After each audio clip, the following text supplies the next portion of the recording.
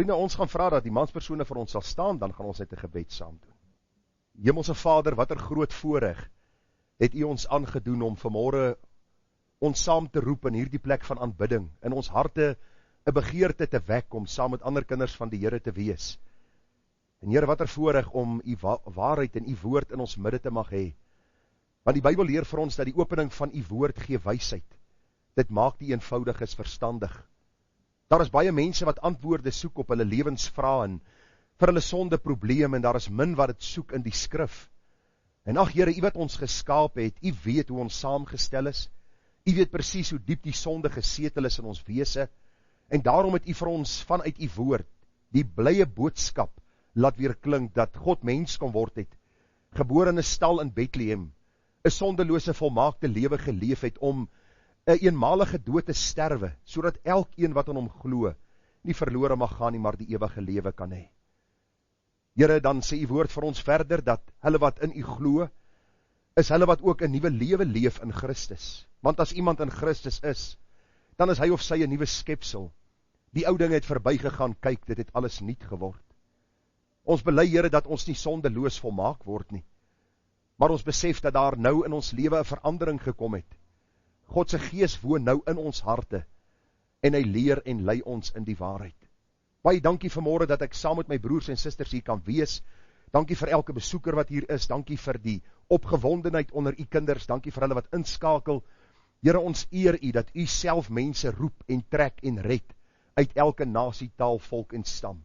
En ons eer en ons loof en ons prys U naam, Vader, dat U vir U seun 'n bruid beloof het, en dat hierdie bruid gered sal word, en dat ons eendag eer in die hemel aan U sal bring, as die gewer van hierdie wonderlike, kosbare, goeie genadegawe.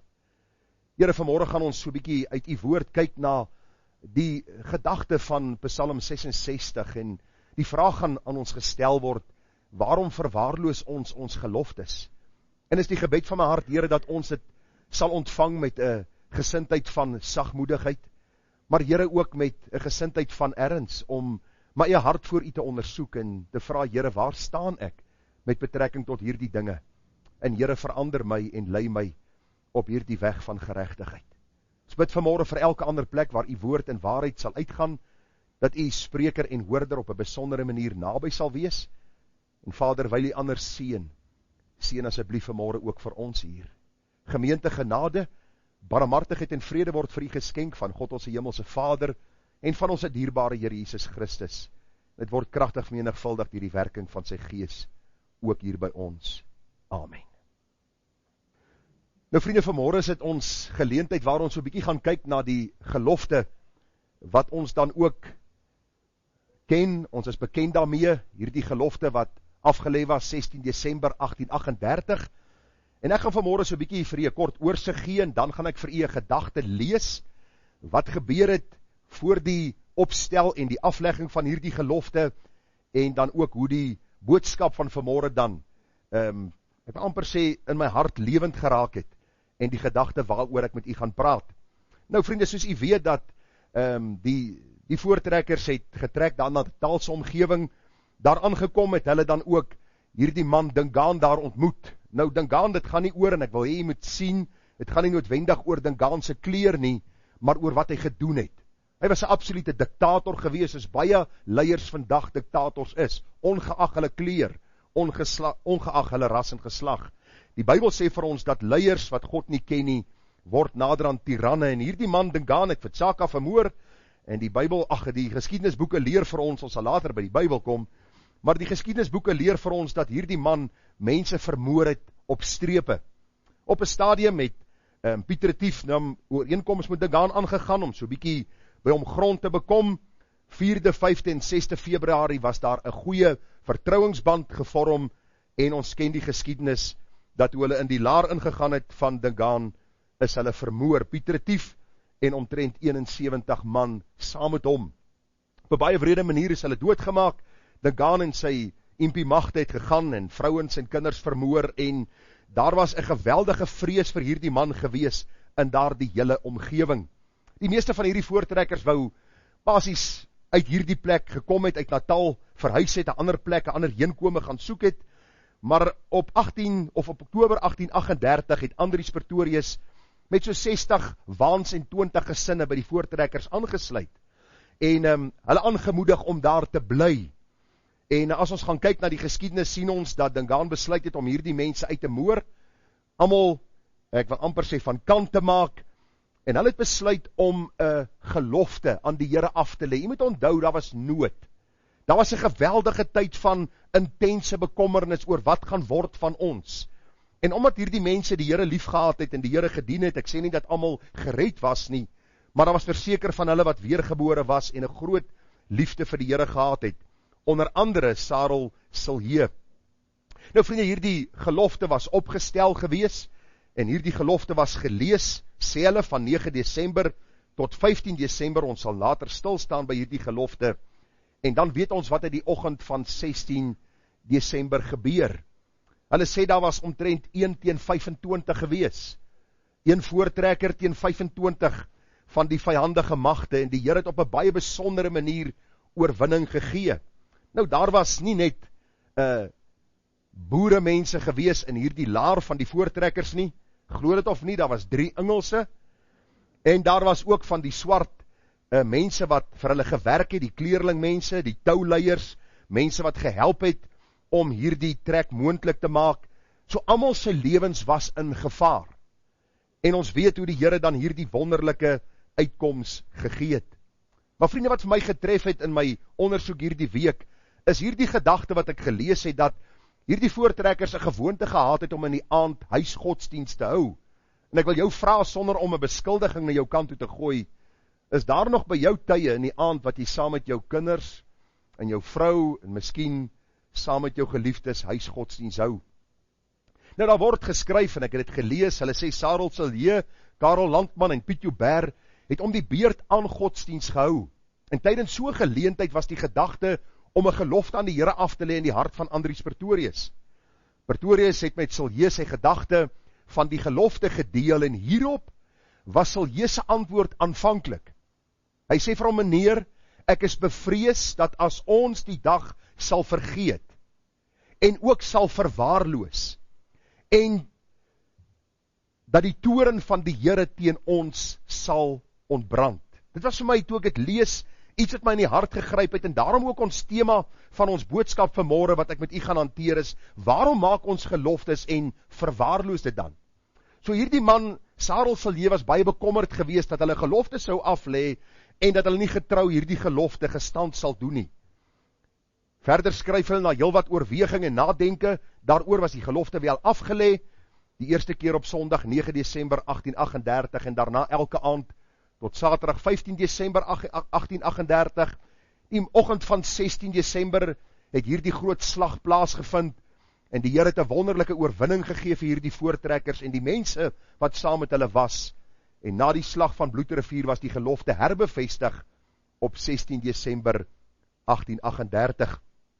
So ek gaan nie vra om te staan, dan gaan ons die gelofte lees, daarna gaan ons die geloofsbelijdenis hanteer, en dan saam sing van gesang 245, en dan by die boodskap van vanmôre uitkom. So kom ons staan, dan lees ons wat hierdie gelofte vir ons sê. Die voortrekker se gelofte van 16 Desember 1838. Hier staan ons voor die heilige God van hemel en aarde, om 'n gelofte aan hom te doen dat, as hy ons sal beskerm en ons vyand in ons hand sal gee, ons dag en datum elke jaar as 'n dankdag, soos 'n Sabbat sal deurbring, en dat ons 'n huis tot sy eer sal oprig, waar dit hom behaag, en dat ons ook aan ons kinders sal sê, dat hulle met ons daarin moet deel tot nagedagtenis, ook vir die opkomende geslagte. Nou baie belangrik, want die eer van sy naam sal verheerlik word, deur die roem en die eer van die oorwinning aan hom te gee. En elkeen wat gelofte dag op die regte manier vier, sal altyd dit terugverwys na die Here God, om die eer aan hom te gee, wat hierdie oorwinning daar gestel het. Ek glo in God die Vader, hy is die almagtige, hy is die skepper van die hemel en die aarde. Ek glo in Jesus Christus, sy eniggebore seun, ons Here, wat ontvang is uit die Heilige Gees, gebore uit die maagd Maria, wat gelyd onder Pontius Pilatus, gekruisig, gestorwe en begrawe is en neergedaal het in die onderste dele van die aarde, wat op die 3de dag weer opgestaan het uit die dood, opgevaar het na die hemel en sit aan die regterhand van God, die almagtige Vader, van waar hy sal kom om te oordeel, die lewende en dode. Ek glo in die Heilige Gees, ek glo aan 'n heilige algemene Christelike kerk, die gemeenskap van die heiliges, die vergewing van sondes, die opstanding van die liggaam en 'n ewige lewe.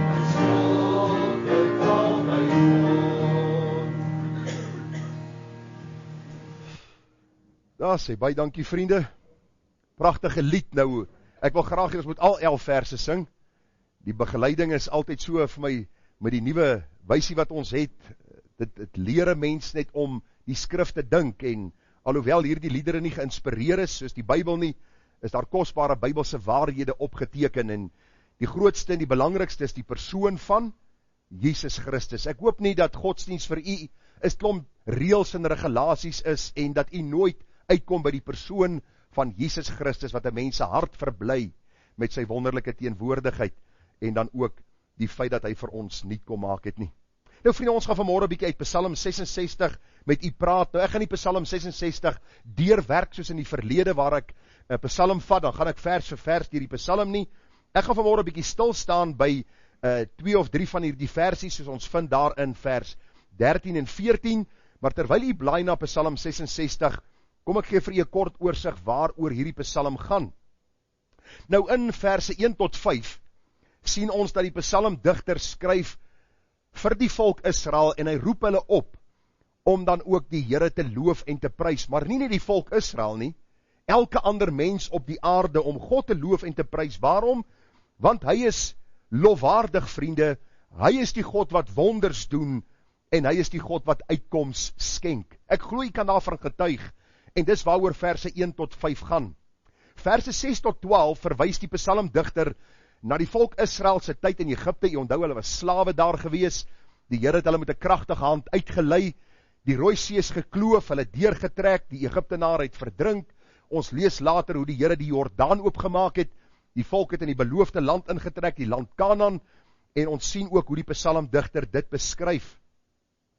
Dan sien ons in vers 13 tot 20, dat die psalmdigter meer persoonlik praat, en hy praat van 'n gelofte wat hy gemaak het. Wat die gelofte was, weet ons nie. Hoe dit in verband gebring kan word met die volk Israel, weet ons nie. Maar ons weet dat die Here hom verhoor het, vir hom uitkoms geskenk het, en dat hy ook elkeen oproep om, as hulle 'n gelofte aan God maak, om daar die gelofte gestand te doen.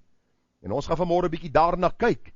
En ons gaan vanmôre 'n bietjie die vraag probeer beantwoord, wat het Psalm 66 met my en jou te doen, by gelofte dag 2023, en waarom gaan ons vanmôre praat oor hierdie saak, as ons dan ook kyk na wat hierdie Psalm vir ons sê. En ons tema gaan wees, waarom maak ons geloftes en verwaarloos dit dan? Ons gaan bietjie na so 3 gedagtes kyk. Jy gaan sien inleidend, gaan ek bietjie praat oor verskillende beloftes en geloftes wat mense maak, en dan 3 punte uitlig, waarom mense nie hulle geloftes gestand doen nie, waarom mense dit verwaarloos, waarom die belofte wat hulle maak begin kwyn, en dan ook wat die uiteinde daarvan is. So ons gaan vanmôre bietjie daarna kyk. Glo my, het was 'n stoeiery gewees, want ek het al soveel gelofte dagdienste gehou, ook vir u, en mens dink elke keer, wat kan ek nuut sê, wat kan ek anders te sê, maar God se woord bly altyd nuut en vars, en 'n gelofte bly 'n gelofte, en ons gaan vanmôre bietjie kyk, en ons gaan by die saak stil staan vanmôre, om dit ook onder u aandag te bring. Nou kom ons by Psalm 66, daar staan vir die musiekleier 'n lied, 'n psalm, juig tot eer van God, o ganse aarde, besing die eer van sy naam, maak heerlik sy lofsang. Sê tot God, hoe vreeslik is u werke, deur die grootheid van u sterkte, sal u vyande kruipende na u toe kom. Laat die hele aarde u aanbid en psalm sing tot u eer. Laat dit u naam verhef in psalm gesang. Sela, die woordjie Sela beteken, nou moet ons 'n paar oomblikke net dink oor wat die psalmdigter gesê het. Wanneer jy die Bybel lees en jy kom by Sela uit, dink oor die verse wat hierdie Sela vooraf gegaan het. Want ons moet nou besef dat hierdie psalmdigter roep ons op om God te loof en te prys. Ek vertrou dat u aanbidding sluit lofprysinge in. Partykeer moet daar 'n spontane lofprysing teenoor God wees vir wat hy is en vir wat hy vir ons gee uit genade. Vers 5 sê, kom en aanskou die dade van God, hy wat gedig is in werking oor die mense kinders. Hy het die see verander in droë land, hulle het te voet deur die rivier gegaan, daar was ons bly in hom. Hy heers vir ewig deur sy mag, sy oë hou wag oor die nasies, laat die wederstrewiges hulle self nie verhef nie. Wat staan daar? Sela. Wat wil die Here vir ons leer? Hy het sy volk uitgelei en hy sê hierso, hy heers vir ewig. Hy heers oor koning Farao in Egipte. Hy heers oor Putin daar in Rusland. En hy heers oor Ramaphosa in Suid-Afrika. Net so voor, ek dink ek gaan dit ook vergeet. Vers 8, loof volke onse God en laat hoor die stem wat hom roem, wat aan ons siel die lewe gee en nie toelaat dat ons voet wankel nie. Want u, hoor het staan daar, u het ons getoets. God toets ons somtyds. U toets ons, o God. U het ons gelouter soos 'n mens silwer louter. U het ons in die net gebring, 'n swaar las op ons heupe gelê. U het mense oor ons hoof laat ry, en ons het die vuur en in die water gekom, maar u het ons uitgelei in die oorvloed. Ek sal met brandoffers in u huis ingaan, ek sal u my geloftes betaal, wat my lippe geuit en my mond uitgespreek het, toe ek benoud was. Brandoffers van vet diere sal ek u bring, saam met offerrook van ramme, ek sal beeste saam met bokke berei. Sela. So wat sê die psalmdigter? Hy sê, Here, u het ons in benoudheid gebring, vir 'n tyd lank het u ons daar gehou, u het ons uitgelei, en ons gaan offers bring aan u. Nou, ons bring nie vanmôre brandoffers nie. As jy vandag hier met 'n fakkel inkom, gaan hulle jou miskien arresteer, want hulle gaan dink jy wil brandstigting pleeg. Maar in daardie tyd moes hulle offers bring, daar was groot vure gewees, hierdie diere was geoffer om eer te bring aan God, dat hy uitkoms gegee het. En nou sê vers 16, kom luister, en laat my vertel, julle almal wat God vrees, wat hy aan my siel gedoen het. Wanneer laas het jy vir mense gesê, kom luister, ek wil jou vertel, wat God aan my siel gedoen het. Wanneer laas? Vers 17. Ek het hom aangeroep met my mond, en lofgesang was onder my tong. As ek ongeregtigheid bedoel het in my hart, sou die Here nie gehoor het nie. Waarlik, God het gehoor. Hy het geluister na die stem van my gebed. Geloof sy God, wat my gebed nie afgewys, en sy goedertierenheid aan my nie onttrek het nie. Vriende, ons gaan dan die voorhou 'n teks van oordenking, vers 13 en 14. Ek sal met brandoffers in die huis ingaan, ek sal u my geloftes betaal, wat my lippe geuit en my mond uitgespreek het, toe ek benoud was. My tema vanmôre, waarom verwaarloos ons die geloftes wat ons maak? Waarom verwaarloos ons die geloftes wat ons maak? Nou, ons weet as ons iets verwaarloos, dan bly dit agteruitgaan. Dink maar aan 'n huis. As jy nie aanhoudend reparasiewerk doen nie, hoe lyk die huis na 'n paar jaar? Hy lyk soos party huise lyk. En jy ry deur 'n gebied en jy sien hierdie een ou se huis en jy dink by jouself, wow, hierdie ou doen moeite, kyk hoe mooi lyk die plek, die geete is geverf en alles lyk net mooi, die huis is geverf, lyk goed. En dan ry jy 2-3 huise verder en jy sien 'n verwaarloosde huis waar alles afdop en die mure en daar is damp en daar is gras wat so lank of so hoog staan en jy dink by jouself, hoe kan hierdie ou hierdie eiendom wat hy gekoop het so verwaarloos? As ons dink aan verwaarloosing, dan besef ons dat mense ook geloftes wat hulle maak verwaarloos. Nou, wat is 'n gelofte? Kom ek probeer dit vir u definieer. 'n Gelofte is 'n plegtige belofte. Dit is 'n ooreenkoms tussen twee partye wat gemaak word.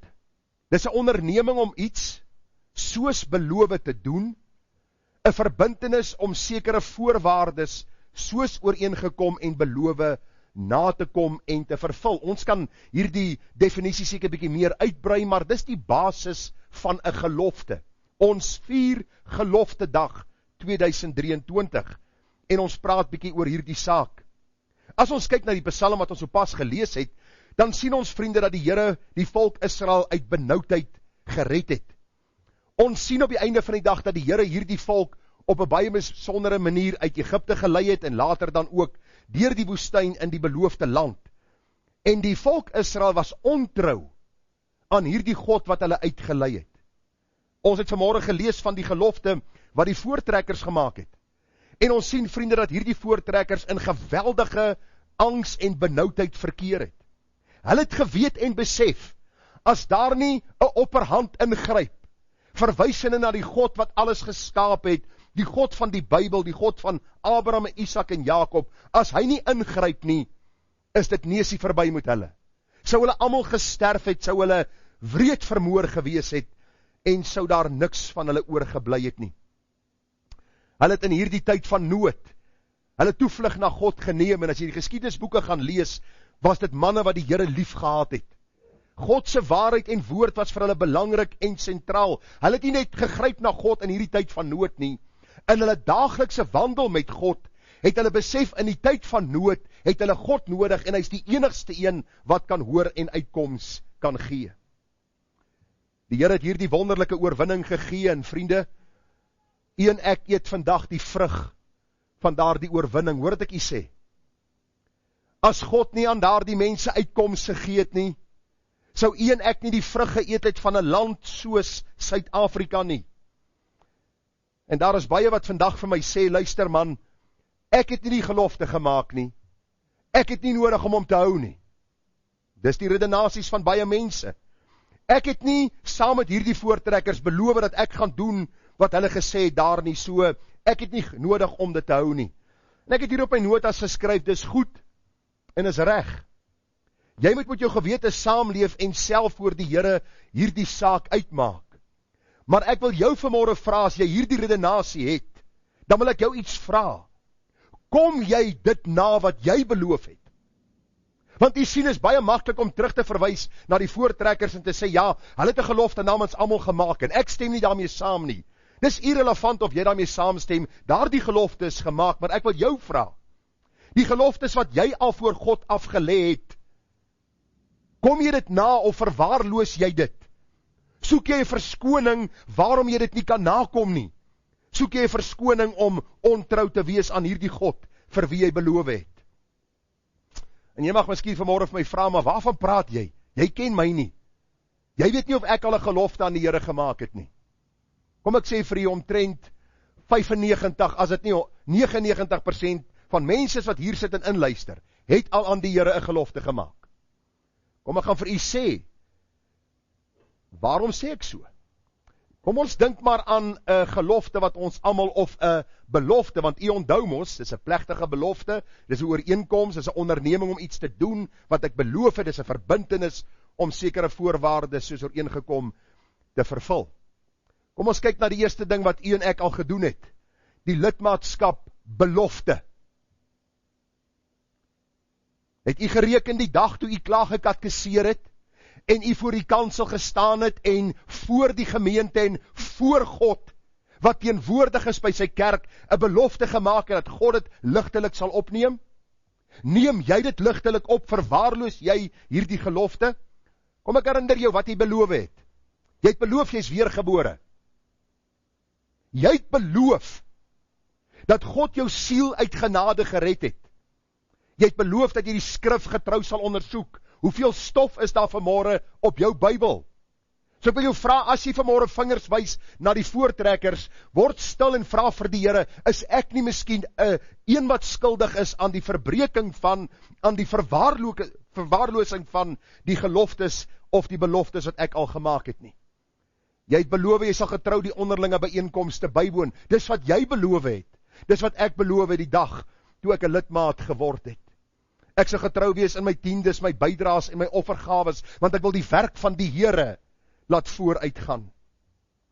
Ek sal daagliks my kruis opneem, die eenheid in die gemeente bou, en my onderwerp aan die kerklike tug, soos vervat in God se woord.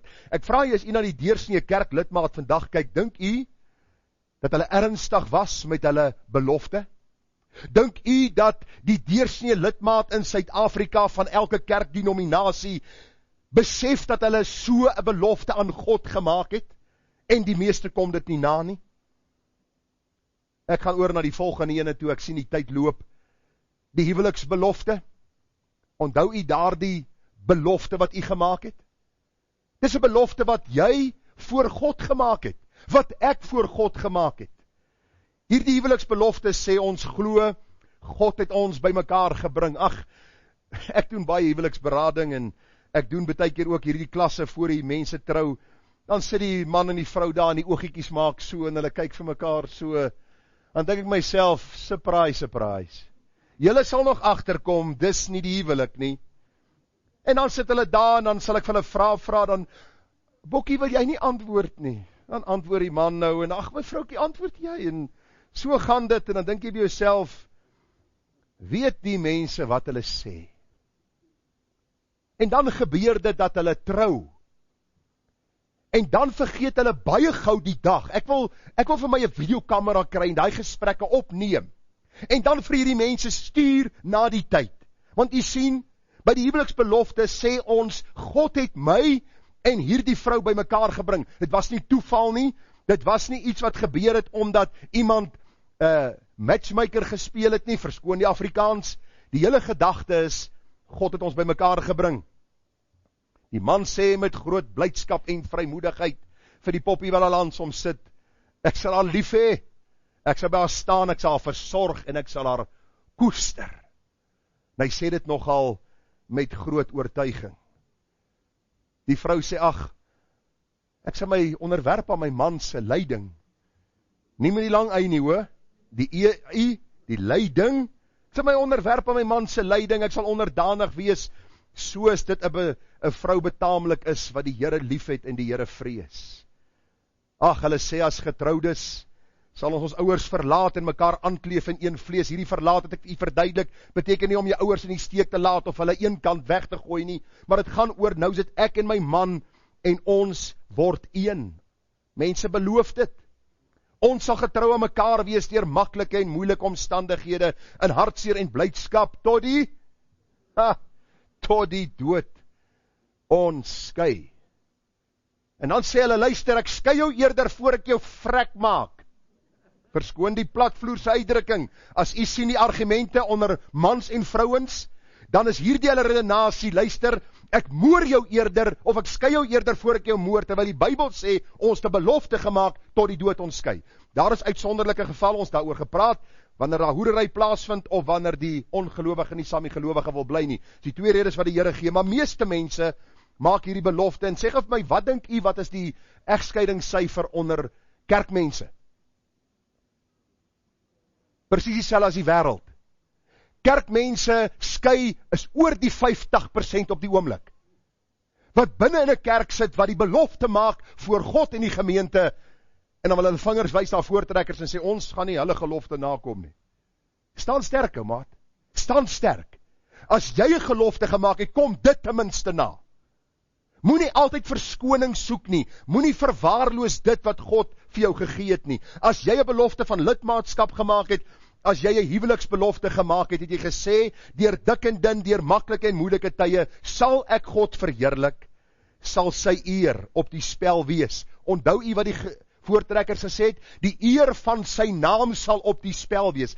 As ons as kinders van die Here maar net maak wat ons wil, bring ons oneer op die naam van die Here aan wie ons behoort. Nog een, en dan gaan ons aangaan met die 3 gedagtes, waarom mense gou beloftes en geloftes maak en het vinnig verbreek. Die 3 redes waarom hulle dit doen. Onthou u die doopbelofte? Nou, ons seuns is nou al redelik groot, 30, 28 en 14. U kan onthou die doopbelofte wat u gemaak het. Nou sê u, maar ek het nie my kind gedoop nie, ek het hom ingeseën. Sterkte. Selfe gedagte geld. Jy het 'n belofte gemaak voor die gemeente waar jy was. As dit as 'n Christelike gemeente bekend staan, dan het jy hierdie belofte gemaak in die eerste plek dat jy self weergebore is.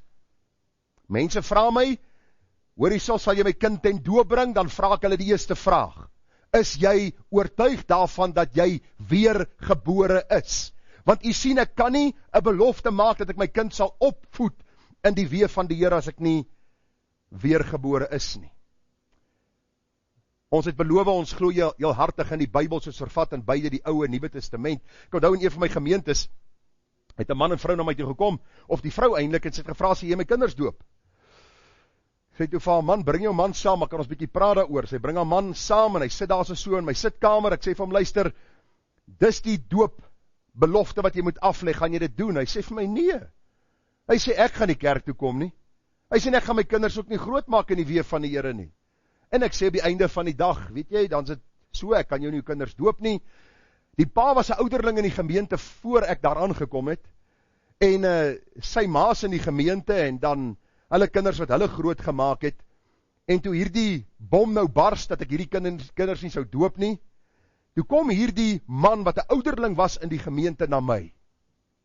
Hy sê vir my die volgende, hy sê, wie sê vir jou in elk geval, dat hierdie Bybelboek die waarheid is?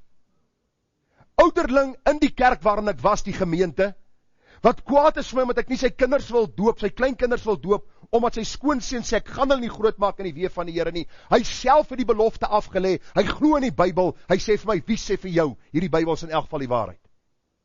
Dis wat aangaan in die kerk van Jesus. Daarom vra ek jou vanmôre die vraag. Dit klink miskien of ek vanmôre baie ernstig is, en ek is glad nie, ek is kalm. Glo my, ek is kalm.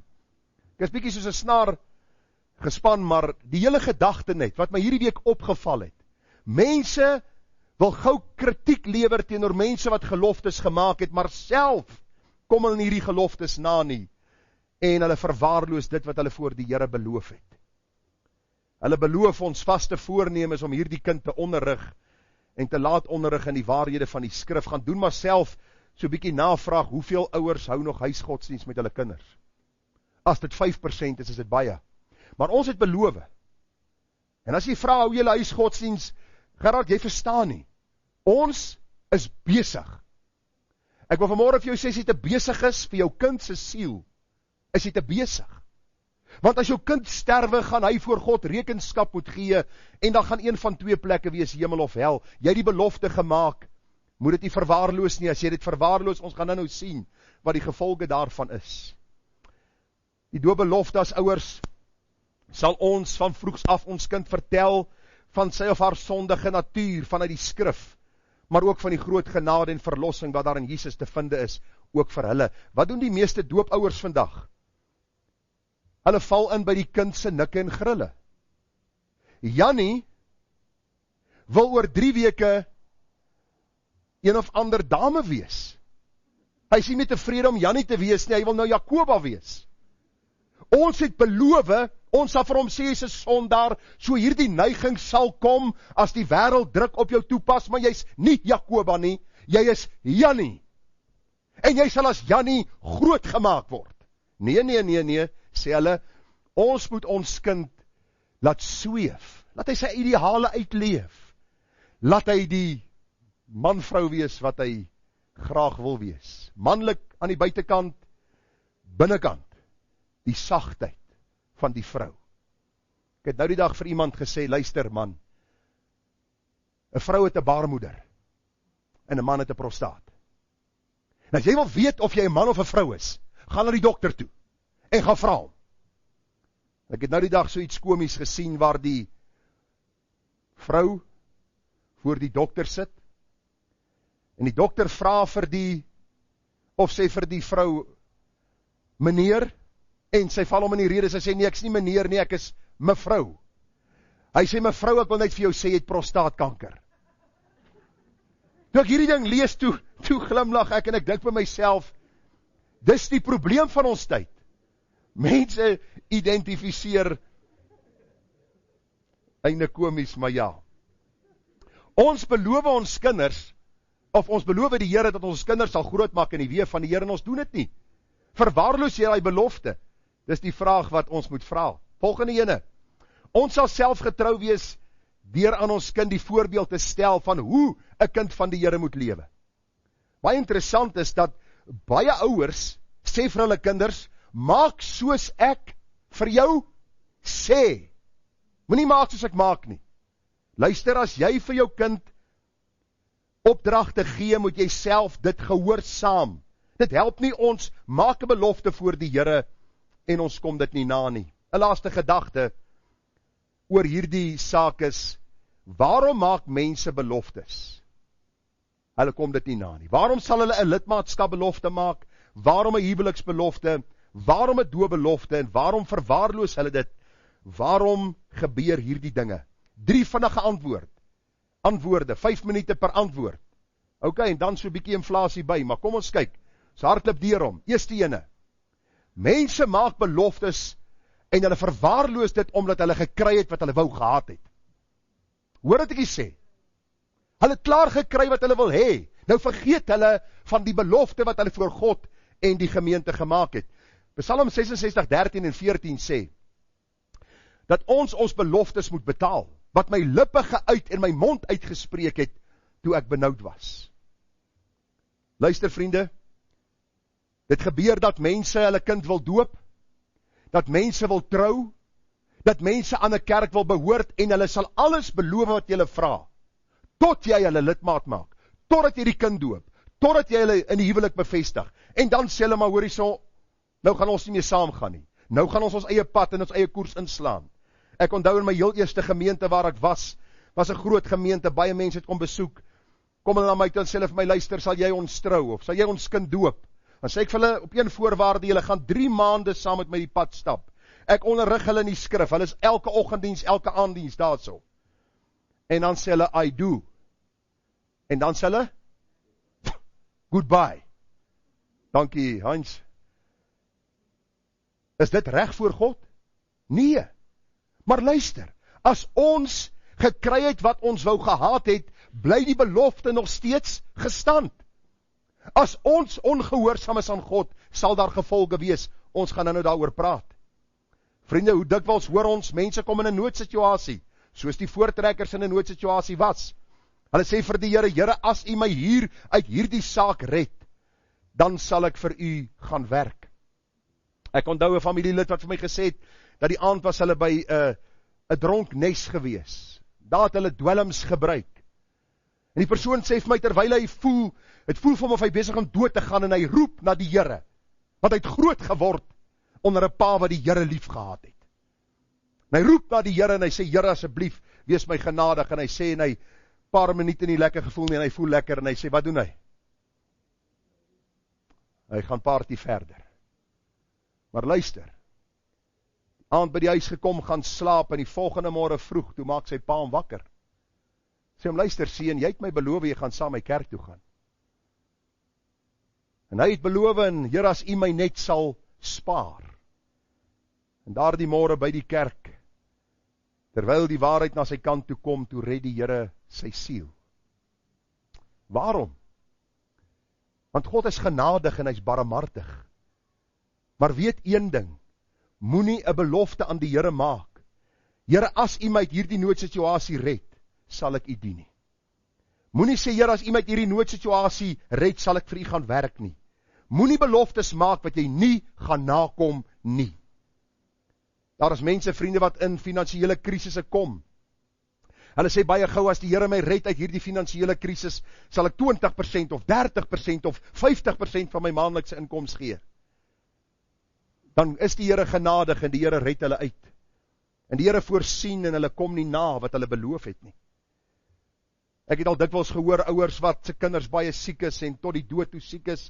Here, as U my kind gesond maak, of Here, as U vir my kind werk sal gee, of Here, as U my kind deur sy studie sal dra, dat hy 'n goeie werk kan kry, sal ons as gesin U dien. En die Here is genadig en hy gee, en hy hoor hulle in hulle nood, en die oomblik as die uitkoms kom, dan vergeet hulle wat hulle beloof het. Ek wil vanmôre vir jou vra, is jy een van daardie wat aan die Here beloof het, miskien in 'n noodsituasie, miskien deur 'n lidmaatbelofte of 'n doop of 'n huweliksbelofte, en jy kom nie jou belofte na nie, jy verwaarloos hierdie gelofte, dan wil ek jou vanmôre vra dat jy eerlik met die Here sal wees. Hoor wat sê die Here vir sy volk Israel in Deuteronomium 8 vers 11. Neem jou in ag dat jy die Here jou God nie vergeet deur sy gebooie en sy verordeninge en sy insettinge wat ek jou vandag beveel nie te hou nie. Sodat jy nie miskien eet en versadig word nie, en mooi huise bou en bewoon, en jou beeste en jou kleinvee vermeerder, en jou silwer en goud vermeerder, ja, alles wat jy het vermeerder, en jou hart om dan verhef dat jy die Here jou God vergeet, wat jou uit Egipte land uit die slawehuis uitgelei het. En jy in jou hart dink, my krag en die sterkte van my hand het vir my hierdie rykdom verwerwe. Vers 18, maar dink aan die Here jou God, dat dit hy is wat jou krag gee om rykdom te verwerwe, dat hy sy verbond kan bevestig wat hy aan jou vaders met 'n eed beloof het, soos dit vandag is. Jy sal onthou toe ek klaar die gelofte gelees het vanmôre, het ek vir u gesê, daar is baie mense wat sê, ons gaan dit nie hou nie, want ons het nie hierdie gelofte gemaak nie, maar hulle eet die vrug van hierdie oorwinning wat God gegee het. Luister, as daar 'n land in die wêreld is wat deur God geseën was, was dit Suid-Afrika. Op 'n stadium was die rand meer werd as die dollar gewees. Op 'n stadium het ons gefloreer. En wat vergeet ons? Wie vergeet ons? Die God van die Bybel. Dink u hy gaan homself laat verruil vir goud en silwer, vir vryheid, vir huise, vir wingerde? Daar is 'n tyd wat God vir ons sê, hier is my tyd van genade. Ek sien hoe julle wegbeweeg van my waarheid. Daar is hierdie besondere tyd waar die Here ons uitkoms gee. Maar vriende, daar is 'n tyd dat die Here van ons rekenskap eis. En ons sal sien by die volgende gedagte. Ek vra jou, moenie vergeet dat God vir jou ook al uitkoms gegee het. Dat jy ook al beloftes aan hom gemaak het, waar die Here vir jou ryklik geseën het. Moet dit nie verwaarloos nie, kom dit na. Want as die uitkoms gekom het, en jy is ontrou aan die Here, sal daar gevolge vir jou en vir my wees. Die tweede gedagte, waarom verwaarloos ons en vergeet selfs die geloftes wat ons gemaak het? Die tweede gedagte, ons besef nie wie God is nie. In die howe staan hulle en hulle sê, so help my God. En dan lieg hulle. Die koning van Engeland word ingehuldig, so help my God. Ek sal hierdie land regeer op die voorwaardes wat God my gee. Dan lieg hy. Die president in ons land doen dit, en wêreldwyd roep hulle God in, as 'n getuie. En hulle hou nie wat hulle beloof nie. En die meeste van ons sê, ja, kyk, daar's nie 'n God nie, want hulle word nie gestraf nie. Ek hoop nie jy redeneer so nie. Want God se uitstel van sy oordeel is nooit sy afstel van sy oordeel nie. Die interimtyd is genade, soos u en ek ook genade beleef het. Miskien kom u nie u lidmaatskap belofte na nie, en God praat vanmôre met jou. En hy sê, luister mens, jy het hierdie belofte voor my gemaak. Miskien kom jy nie vanmôre, jou doopbelofte, of toe jy in nood was en jy het 'n belofte gemaak, kom jy dit nie na nie. Dan is die gedagte baie duidelik, dat ons voor God sal buig. Daar is 'n baie interessante gedeelte wat ek hierdie week bestudeer het, en ek het dit ingebring, ek kan baie meer gedeeltes hier ingebring het, maar terwille van tyd, ek wil net die gedagte in die hart kom vestig, het ek gedink aan hierdie fariseërs en skrifgeleerdes. Ek het op my notas geskryf, hulle was die geestelike gepepel. Is nogal 'n mooi Afrikaanse uitdrukking, né? 'n gepepel. Hulle was nie mense wat God lief gehad het nie, maar hulle het heeltyd gepraat oor God. En wat gebeur met hierdie mense? Maar Jesus is besig met die bergpredikasie en hy sê Matteus 5:33, verder het julle gehoor dat aan die mense van die oudheid gesê is, jy mag nie vals sweer nie, maar jy moet jou ede aan die Here hou. Jy moet jou beloftes aan die Here hou.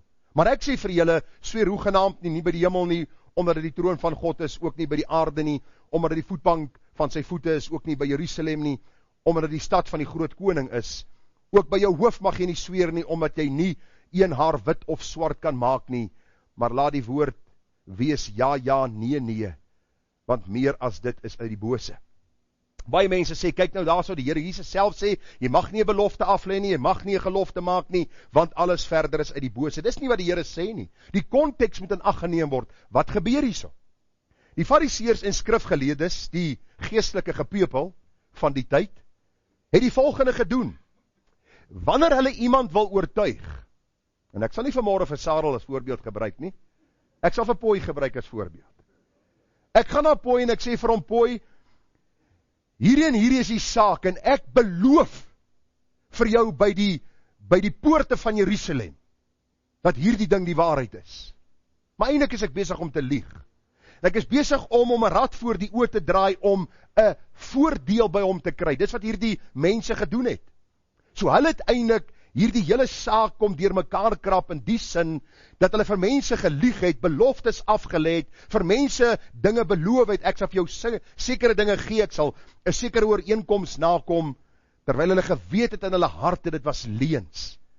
En nou kom Jesus en hy ontmasker hulle, en hy sê vir hulle, as jy 'n belofte maak aan iemand, as jy vir iemand sê, ek sal 'n deel van my ooreenkoms nakom, dan moet jy dit nakom, want jou ja is jou ja, en jou nee is jou nee.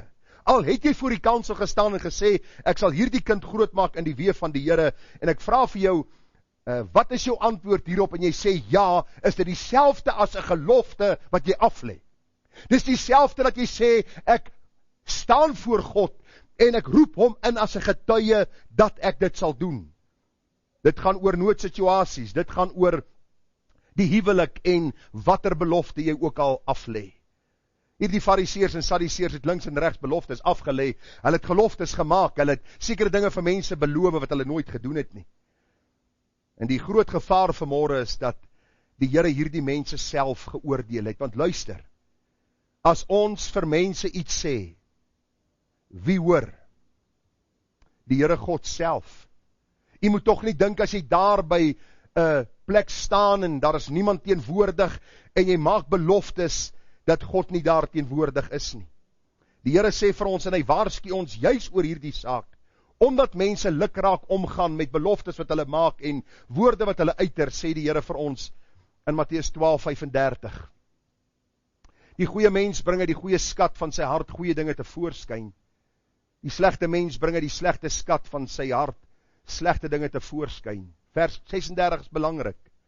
Maar ek, die Here, sê vir julle, dat van elke ydelle woord wat die mense praat, daarvan moet hulle rekenskap gee in die oordeelsdag. Want uit jou woorde sal jy geregverdig word, en uit jou woorde sal jy veroordeel word. Wat wil die Here vir ons kom leer, en waarom is my tweede punt, dat mense verwaarloos hulle geloftes, omdat hulle nie besef wie God is nie. Is eenvoudig, vriende, ons vergeet, God vergeet nie. Wat het jy vanmôre 4:15 gedoen? Presies 4:15. Jy kan vir my sê. OK, geslaap. Jy slaap later. Nie een van ons, ek vir u vra, wat het jy gister gedoen 3:30? Wat het jy laasweek gedoen, laasweek Dinsdag om 3:00? Jy sê vir my sê, ek weet nie, ek was miskien by die werk, of op daai stadium met my foon miskien gelyk, het my vrou gepraat, of miskien was ek in Checkers gewees, ek kan nie onthou nie. Met wie het jy gepraat, ek weet nie. Wat het jy gesê, ek kan nie onthou nie. Luister, God vergeet nie. So wat ook al jy beloof het aan iemand, wat ook al jy beloof het om te doen voor die kansel, God vergeet nie, en daarom moenie as jy iets gesê het, maar net luk raak, vergeet daarvan, of daaroor wees en vergeet daarvan, en dink God gaan nie jou in die gerig bring nie.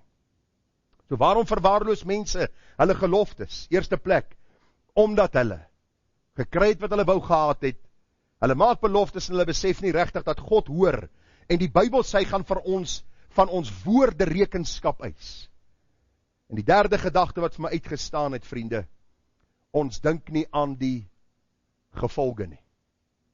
Ons dink nie aan die gevolge nie. Ek lees vir u, as baie gedeeltes die mens kan lees, ek gaan net vir u lees wat sê Prediker 4, vers 17 en verder.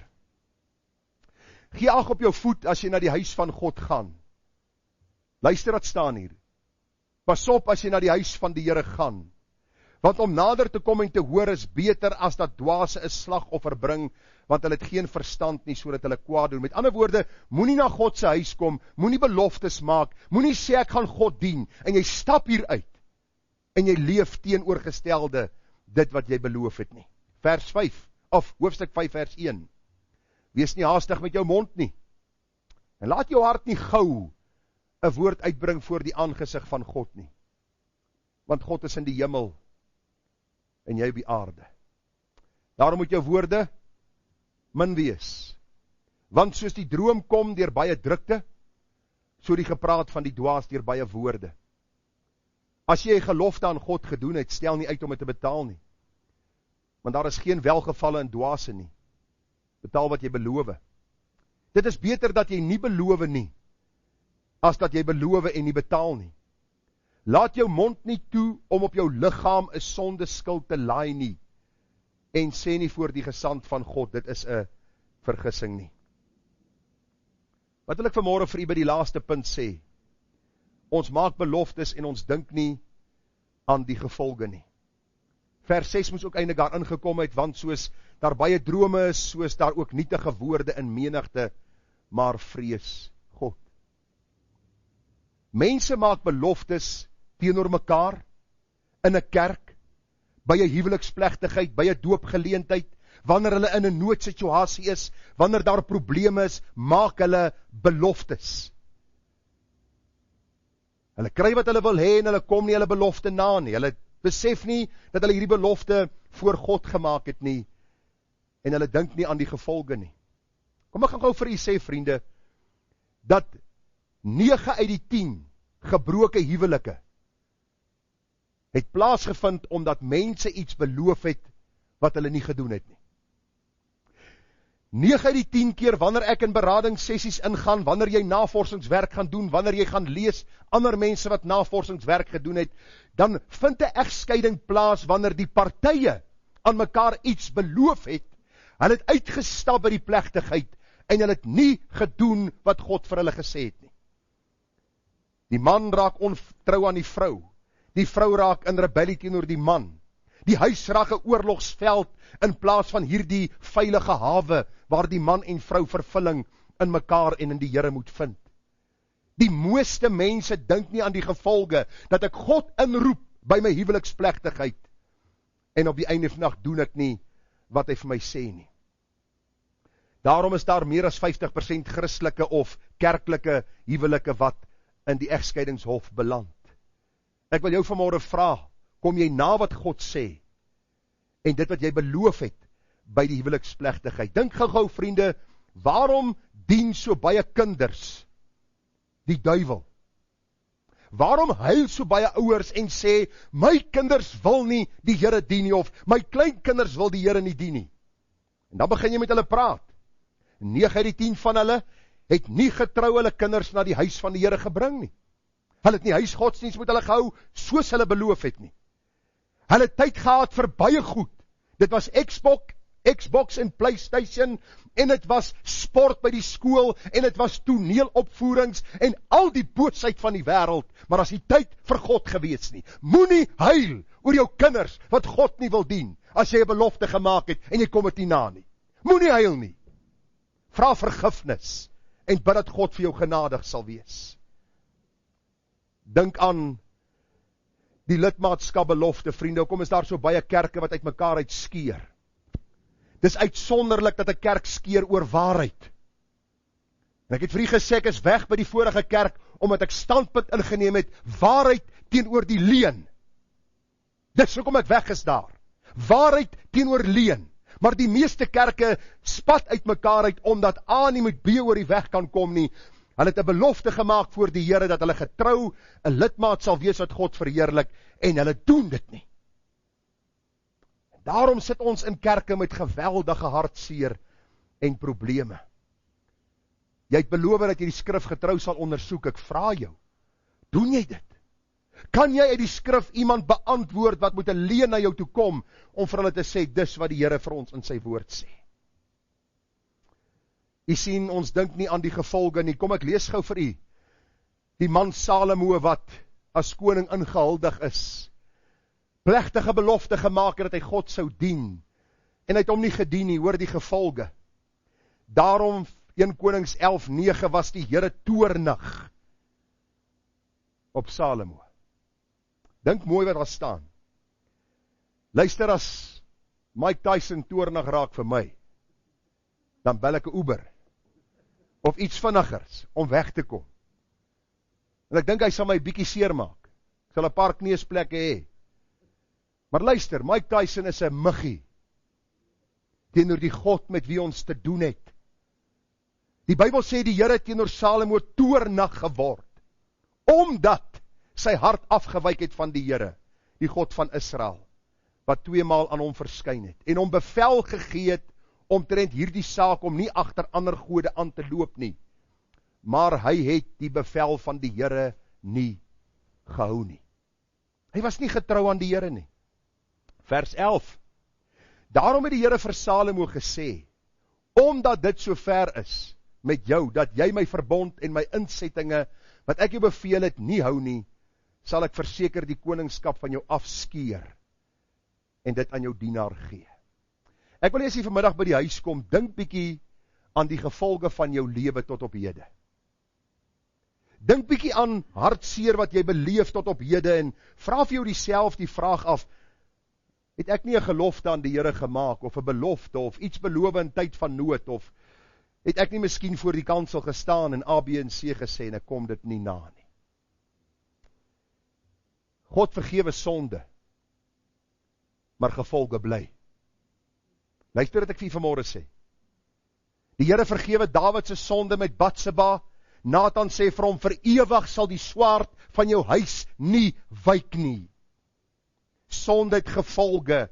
Ag vriende, as jy 'n belofte gemaak het aan die Here, kom dit na. Ek wil nie nou sê die Here sê so nie, maar my opinie vanmôre, en ek glo ek het skrif daarvoor, maar my opinie vanmôre, dat Suid-Afrika sit onder die juk van hierdie bose regering, omdat ons 'n gelofte aan God gemaak het, wat ons nie hou nie. Gaan kyk die meeste gelofte byeenkomste. Ek het vanmôre met 'n man oor die foon gepraat. Hy sê, dis allerhande snaakse goed wat gebeur. Jy besoek hierdie kerk, jy besoek daardie byeenkomsplek. Dis drink, dis gewere wat geskiet word. Dis 'n groot politieke byeenkoms. Dis nie waaroor gelofte dag gaan nie. Gelofte dag gaan oor die eer van God, oor die uitbreiding van sy koninkryk en die verheerliking van sy naam. Ek sluit af. Deuteronomium 23:21 tot 23 is die waarskuwing waarmee ek afsluit.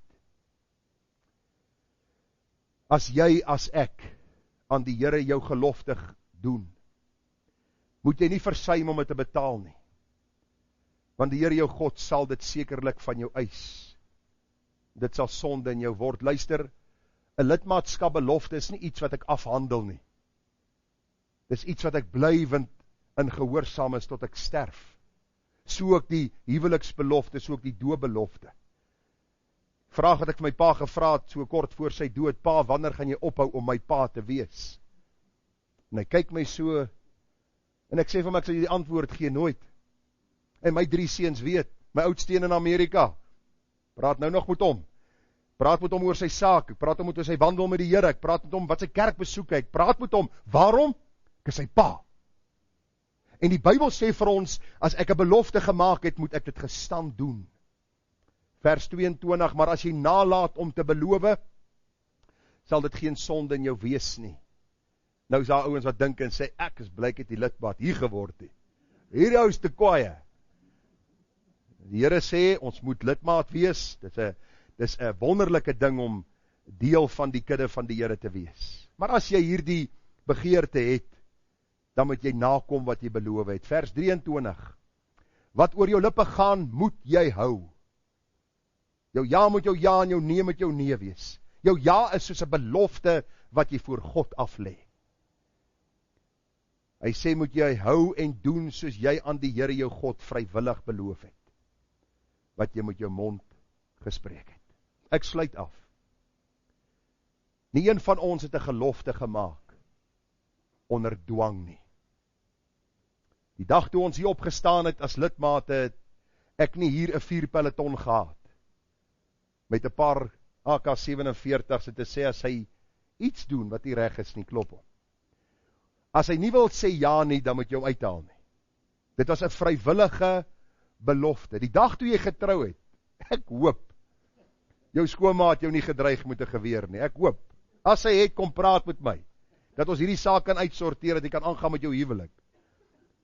Maar as jy die dag die belofte aflê van die huwelik, van die doopbelofte, en enige ander belofte, vriende, was dit nie onder dwang nie. Daarom sê die Bybel, ons beloof maklik, vrywillig aan die Here, daarom kom dit na. Waarom moet ons dit nakom? Ons het die 3 gedagtes gesien, baie duidelik. As ons gekry het wat die Here vir ons gegee het, moet ons dit nie verwaarloos nie.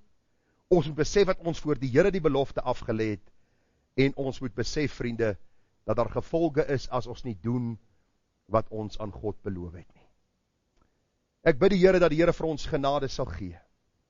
En hier op my notas het ek geskryf, ek vier gelofte dag, want ek eet die vrug van die oorwinning wat God aan ons mense gegee het. As jy dit nie hou nie, bly stil oor die toestand van die land. Hou op jou mond uitspoel oor alles wat aangaan in Suid-Afrika, as jy die gelofte nie wil hou nie. Hou op sê hoe sleg is die ander mense.